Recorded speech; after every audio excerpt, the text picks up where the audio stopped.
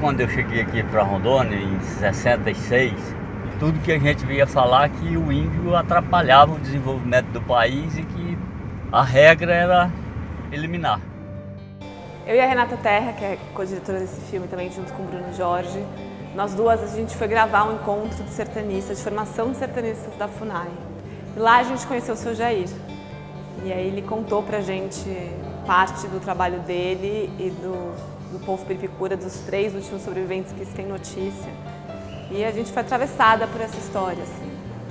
Então a ideia era um pouco acompanhar o trabalho do Jair, de monitoramento de vestígios, e a partir da ausência e da forma como ele interpreta e encontra esses vestígios na mata, a gente conseguir imaginar e entender um pouco e ser contaminado por essa forma de viver e estar e ser da floresta. E aí a gente, através desse olhar de admiração que o seu Jair tinha por eles, e a gente foi também aprendendo isso, né, nos estudos, na pesquisa, a gente ficou uma semana na FUNAI, enfim, pesquisando e se aprofundando um pouquinho.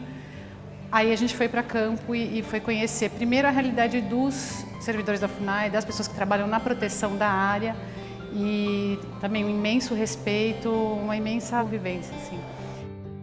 Nós ficamos uns 6 dias em expedição, dormindo um dia em cada lugar, né? 1 ou 2 dias, né, a gente acampava. E no retorno, quando eu voltei para a base, a gente estava desproduzindo as coisas, estavam todos nós produzindo, cansados e tal, que começamos a escutar vozes e eu demorei um pouco, o Rodolfo inclusive estava dormindo, e aí gritaram, eles chegaram, ninguém entendeu, e na verdade eles vieram até nós. Então, até onde a gente sabe, né, depois eles se deixam encontrar. Depois de 20 anos, a gente está lá quando eles fazem esse movimento, assim. Eu acho que é muito lindo do filme, porque dá conta dessa força, dessa escolha e decisão deles, sabe? E depois, a partir do contato e da realidade que se apresentou ali, da realidade da relação deles, de quem esses caras eram, tudo, a gente foi vendo que o filme era muito cru, assim, era muito eles, era muito essa coisa genuína, assim, dessa relação. Das poucas coisas que a gente conseguiu traduzir do que eles falam, é uma das falas finais deles que eles falam: vocês ficam aqui, a gente vai. Então acho que temos, assim, a força e essa plenitude deles, assim, que está no filme, essas maravilhas do acaso do documentário, assim, que aconteceu. A probabilidade deles estar vivo ainda é muito grande. Não é dessa vez que... Eles são muito espertos, cara. Agora, se encontrar com um madeireiro, com um garimpeiro, alguma dessa espécie aí, com certeza, se eles puderem matar eles, eles não vão dispensar, não.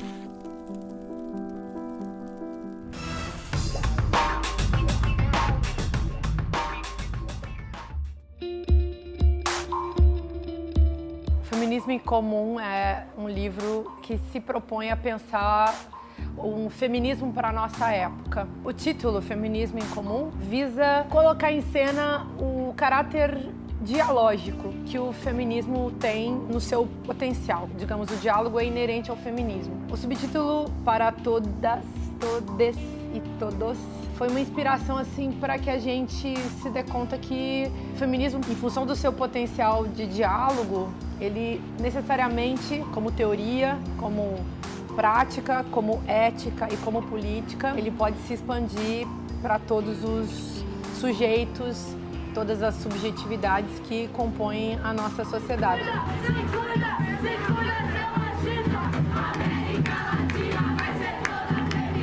Acho que hoje as pessoas estão muito satisfeitas com discursos, inclusive discursos muito prontos, discursos inclusive de ódio. E o feminismo é o contrário disso tudo. O feminismo é a construção de um outro espaço para o comum. E nesse sentido é uma construção conjunta, não é a construção que um faz para outro. Isso seria dominação masculina e seria patriarcado. O feminismo, ele agrega, ele junta as pessoas. Por isso que eu escrevi no livro também que o feminismo é o contrário da solidão. Nesse livro, eu usei o termo patriarcado, que não é um termo que todas as teóricas do feminismo usam com tranquilidade. Eu usei num sentido específico. Eu quis chamar de patriarcado um sistema de opressão e de privilégios que coloca um tipo de sujeito, que é o homem branco capitalista, um lugar especial em detrimento de outras pessoas, mulheres e outras minorias políticas. O método típico do patriarcado é o machismo. Mas o machismo, ele precisa se expressar de alguma maneira. Então ele se expressa como violência, e uma das violências mais conhecidas por nós é a misoginia. Então, falar contra as mulheres, falar mal das mulheres, construir uma mitologia. A mulher Eva, a mulher Pandora, que é essa mulher traidora, essa estigmatização faz parte de todo um processo de violência construída na base dessa tecnologia política que é a misoginia contra as mulheres. E o feminismo herda isso também. Então, fala-se mal das mulheres, constrói-se uma imagem negativa das mulheres e se constrói também uma imagem negativa das feministas, que são justamente aquelas mulheres que se dão conta disso, que criam consciência sobre esse tipo de mecanismo e que desconstroem a sociedade patriarcal. Então, do meu ponto de vista, não há problema no feminismo, há problema no machismo. Machismo mata, feminismo liberta, machismo mata, feminismo liberta. Em relação ao feminismo, não há volta. Nós seremos cada vez mais feministas, até um ponto da história em que a gente não precise mais ser feminista, porque as pessoas estarão fazendo outras viagens.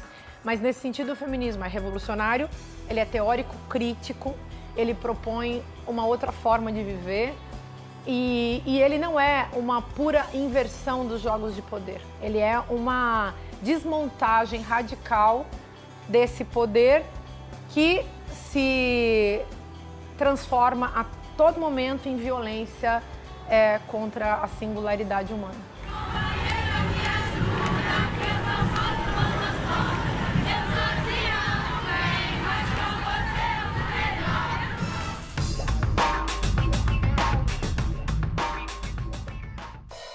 A exposição Palavra Coisas reúne objetos, fotografias, cartazes, serigrafias de artistas e poetas, poetas e artistas que tensionam a palavra no seu limite e levam ela para o campo das artes visuais, tirando ela da literatura e trazendo ela para o espaço.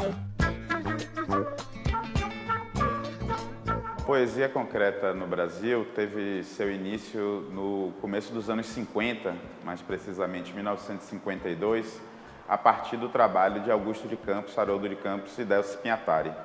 E o que buscava essa poesia concreta era justamente um diálogo entre as linguagens e buscava o que eles chamavam do verbivoco-visual, uma poesia verbivoco-visual. Seria uma poesia que justamente amplia e substancia as dimensões verbais do verbo, sonoras do voco e visuais, plásticas. Então é uma poesia híbrida, é uma poesia expandida, é uma poesia que vai além do livro e chega no espaço. Então a poesia concreta, ela dá início a toda essa aventura de uma poesia que dialoga com as outras linguagens. Então a exposição Palavra Coisa reúne esses herdeiros da poesia concreta, Arnaldo Antunes, Walter Silveira, Tadeu Django, Alma Andrade, Lenora de Barros, Fernando Laszlo e também a gente tem uma participação especial do espanhol Antoni Miralda, que transita pelo Brasil desde os anos 70 e que também é um artista conceitual renomado que tensiona a questão da palavra com as artes. Tentando justamente elevar a palavra a essas diversas dimensões, tanto a dimensão semântica, que é a dimensão verbal, quanto a dimensão visual e sonora, muitas vezes.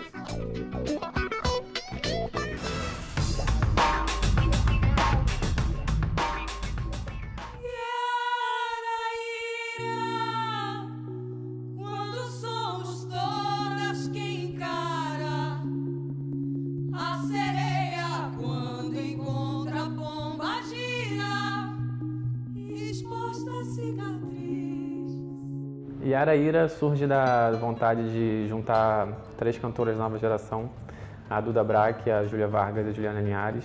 Então a gente queria trazer um pouco do processo teatral para o show. E a gente chegou nesse conceito da Yara Ira, que é trazer essa tradição, essa figura mítica do folclore brasileiro, que é a Yara, mas ao mesmo tempo colocar ela no outro tempo, no tempo presente, o tempo da cidade, o tempo do caos. Otoie a mãe do tempo, a filha da nova era que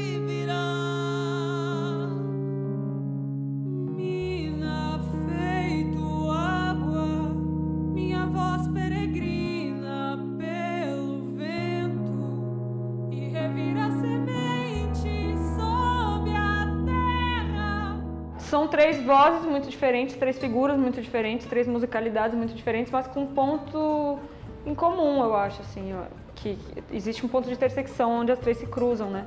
É uma sonoridade muito mais ruidosa, assim, muito mais pesada, né? É algo muito visceral, né? Muito forte, muito potente.